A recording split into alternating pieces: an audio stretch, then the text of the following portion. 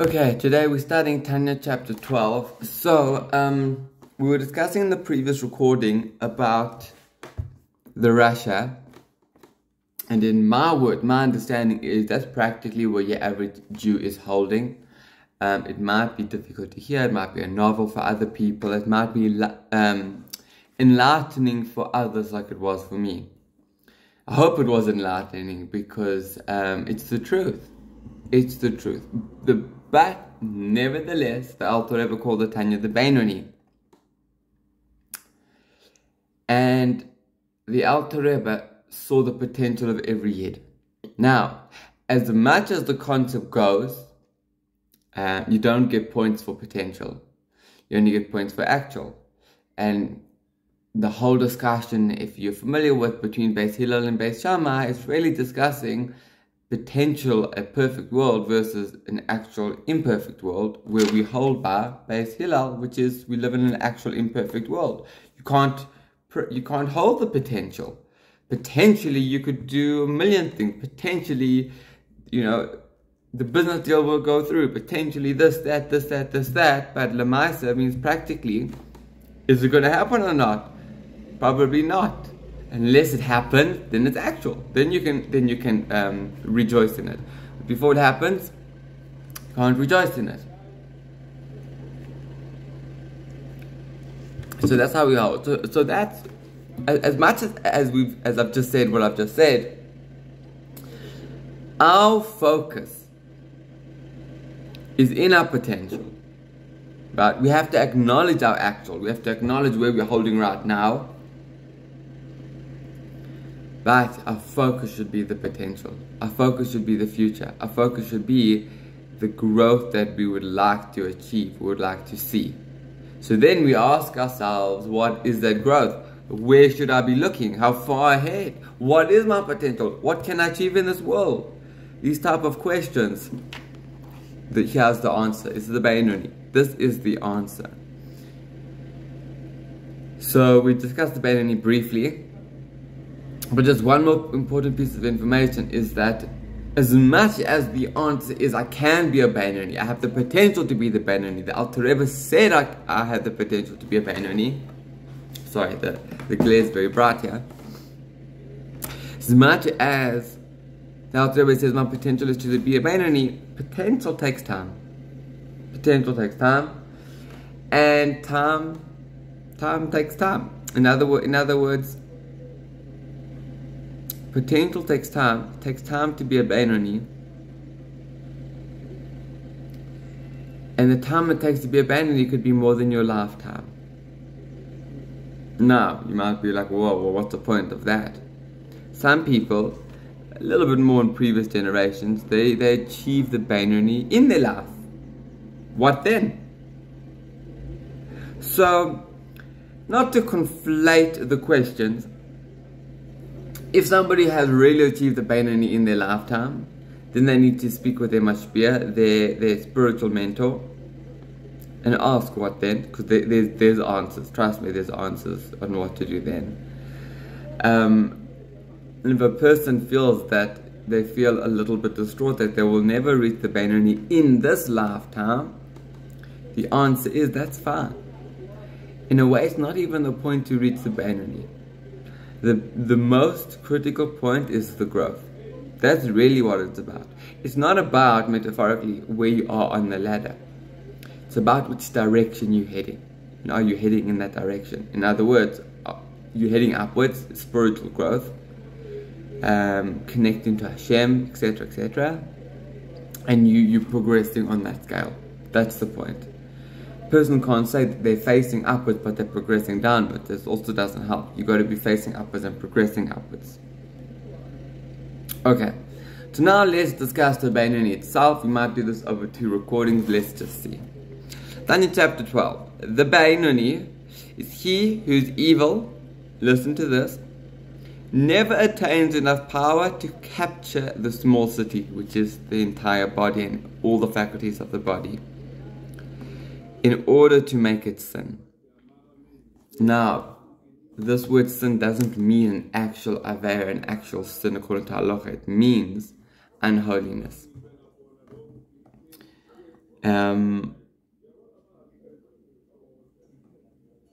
Right. That is to say, the three garments of the animal soul, which is, we said before, thought, speech, and action, which come from Klippa, said before. These three garments that come from Klippa, thought, speech, and action of the animal soul, do not prevail. They're there, it's beneath the surface, they're dormant. They might even give a fight, but they don't win. There's no time, so to say, in the Beinoni's life where the thought, speech, and action are overpowering the person, are controlling the person. There's no time for that. There's no space for that in the Beinoni's life. The Beinoni has the struggle and the challenge, and that thought, speech, and action of the animal soul that comes from Klippa is present. Sometimes it's more dormant, sometimes it's more present, but it's the only strength it has is it wages a war, but it never wins the war. That makes sense. Fine. Only the three garments of the godly soul are implemented in the body. That is, what is it? Holy thought, speech, and action. Then it says he has never committed, nor will he ever commit a sin throughout his life. So now, at glance of what I've just said, it's like, okay, I can't be a Beinoni. I've done a sin. One sin in my whole life, I can't be a Beinoni. So what's the answer? When you do teshuvah on that sin, it elevates the sin. Now, I want to just explain to you something. When the Torah says something, it's not like being waffly, lovey-dovey, fluffy, metaphoric. Well, sometimes there's metaphors in the Torah, but it's not. The Torah says something, it means it. When a person does teshuvah, the sin is, the higher level of teshuvah, the sin is transformed into a mitzvah. That's real. That's 100% real. That's how a Beinoni can correct the past. So you might ask, what about the future? How can I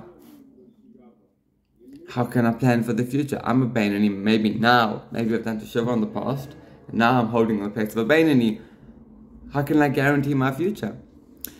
There's an understanding of the Alter Rebbe that it's more of a state of being, that the person is in a state where it's not possible for him to do a sin, and not possible to him to even have an unholy thought. It's not possible.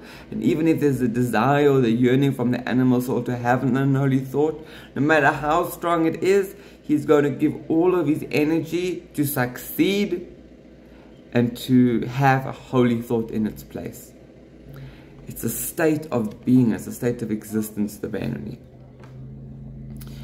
It's also good to interject here is, I can't remember exactly where in the text of the Tanya he mentions it, but the concept is that you have an actual Beinoni, which is what we're discussing. Then you have something called the Madrega of Beinoni, where a person holds on the level of Beinoni temporarily through certain parts of his life. But once a day, once a week, once a month, whatever it may be, he's in a state of Beinoni. There's also something to strive to on a more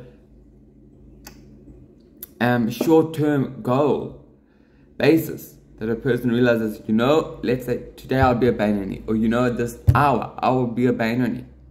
That's also something to strive for, to achieve a more clearly defined small short-term goal. That's also an idea. Okay. Fine.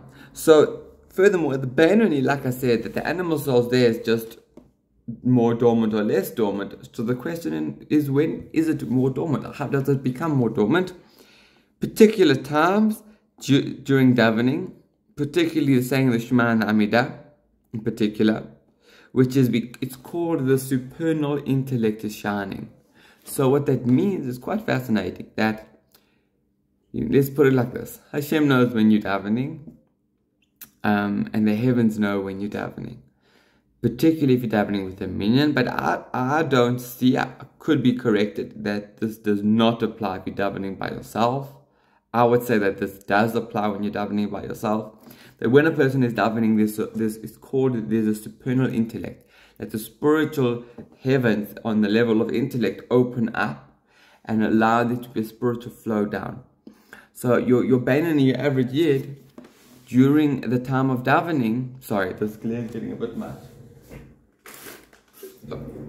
So your average Yid during the time of davening is able to be on a much higher spiritual level to the degree that he's able to really put his animal soul and make it dormant. That's the point we're trying to get out here. So just to clarify this point, we're saying that it doesn't come automatically. There's a potential. We like the word potential in chapter 12 of the Tanya. There's a potential for this holiness, this extra holiness, and spiritual revelation in prayer, in tefillah. But a person's got to tune into it. One of the ways is the method of his Beinoni, which means contemplation on God's greatness. We discussed it, I don't even think very briefly is appropriate in chapter 3, where he discusses it briefly. The Alter Rebbe discusses it briefly, and one needs to learn a lot more about it, what it means, how to do it. One needs to learn a lot of Chassidus to take something tangible from this, but the concept is that we have a brain. And our brain, which is the primary abode of the godly soul, is able to go down into the emotions. One of the way that happens, not the only way, one of the way that happens is through a faculty called das, which is the internalizing of the intellect. The way you tune into das is through the faculty of bina. Okay, this is a bit beyond the scope of the shir, but the point is, through the faculty of contemplation and contemplating God's greatness and what that means, one's able to take the intellect and it trickles down into the emotion, into the heart. And then one contemplating on God's greatness arouses either a love or an awe, or even potentially both, of God that manifests and permeates in the heart. Is able to push, that slowly over time can actually transform the animal soul, or more particularly in this chapter we're speaking about subduing the animal soul. So the question is, after prayer, it goes away. The supernal intellect, the spiritually lofty state goes away. The person gets on with his day-to-day life. He's no longer thinking about God, but rather he's doing a job or learning for university or whatever it may be. And then a person's animal soul comes back again and lusts for things of this world, whether it's even eating food or whether it's sleeping or whatever it may be. The person has a lust coming from the animal soul. That's what it is. We're not saying inherently that eating and sleeping is bad, but we discussed this more in chapter 7, I think, but that's where we would have discussed it. The lust is from the animal soul. The action's okay, but where's it coming from inside of us? An animal soul or a godly soul? That's the question. If it's coming from a godly soul, it's holy. If it's coming from an animal soul, God forbid, then it's unholy. Okay, discuss that. The point is that there's this concept that if something is transient, if something only happens for a short amount of time and stops, or even if it happens for a long period of time but stops, it's limited, it's temporary, and it's false. So here's the question. A person has attained this highest supernal intellect, or in other words, a revelation of Hashem's light in davening, and he could feel it and feel connected and everything like that, and then after davening, he could be eating whatever, a piece of pizza like an animal afterwards. That goes out of the equation. The question is, what happened? Is his davening fake? Is his davening false, God forbid? So our answer is no, it's not. It's not, because the way the Beinoni works, this is a bit of my wording, the Beinoni has his two forces inside of him. So what he has accomplished in davening, yes, it does, to a certain degree, to a large degree, leave him after davening. But there's a reshima, an imprint that stays with him after davening, from the davening itself, that gives an imprint in the person that stays with him after davening and then affects the rest of his day. That's why the morning service, Shachrit, is the most important, especially for a guy. But I can't say most important, but from this perspective of waking up and it being a new day, which is the case. It's a new day with new avoida, and my animal soul I'm not just talking about myself. Well, it's good to talk about myself, but everyone's animal soul, particularly a male animal soul, is really powerful in the morning. So to wake up, to put on tefillin and to daven, if one's able to with a minyan, or if one's able to daven at length, with great contemplation, which is like really, really amazing and special, they're able to tune into their godly soul to such a degree that even though after davening that degree diminishes tremendously, there's still a rishima, an imprint that lasts with him his whole day. But it does go down slowly with time, which is why we have the afternoon davening and again the evening davening, in a way technically starting the next day or ending the previous day. Completely different discussion, but the concept is quite clear. The concept of waking up in the morning, starting a new day, even though I know the Jewish Hebrew day starts the night before, I know that, but think about it like this: you wake up, it's a new day. From our perspective, it's a new day, it's a fresh day, and it's a new avodah. So to start our avodah of the day with davening and with learning Torah really gives us a reshima, an imprint of kedusha and holiness and clarity and alignment for the rest of the day. It's so important, particularly for males, so important. Okay, fine. And then the effect this has, this reshima has, is it weakens the animal soul to a certain degree. It's a very powerful effect if you think about it. In other words, the effect of a really powerful davening, it changes your life. That's the other words. And it changes your life. That's why davening is so difficult. And I don't mean saying, quickly davening, quickly running to the minyan, quickly putting on your tefillin, davening in 15 minutes. That's not necessarily difficult. But to truly focus in davening and contemplate on Hashem, and to truly pray and to focus on the words and to push your life worries out of your mind, and to just focus on words speaking about Hashem and the greatness of Hashem and then requests from Hashem. Everything's about Hashem and my godly soul. To do that for 45 minutes, for an hour and 15 minutes, that is life-changing. That's really, really life-changing. That's why the animal soul fights and kicks and is cunning to whatever degree to stop a person from doing that, because that itself is the most powerful thing. So please God will have the strength to daven and to connect and to feel the beauty and holiness of davening, because it's the one time we have in the day. It's really the one time we have in the day, over and beyond Torah, that we can reach deeper levels than Torah. What are my proofs and reasonings is beyond the scope of this shiur, but we are able to reach deeper than Torah. There are proofs. There's proofs from halachic sources even, but if you just take my word for it, it's unbelievably powerful. Okay.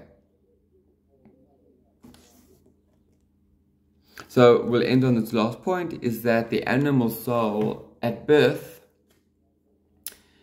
starts off however strong it starts off. Everyone's animal soul starts off differently.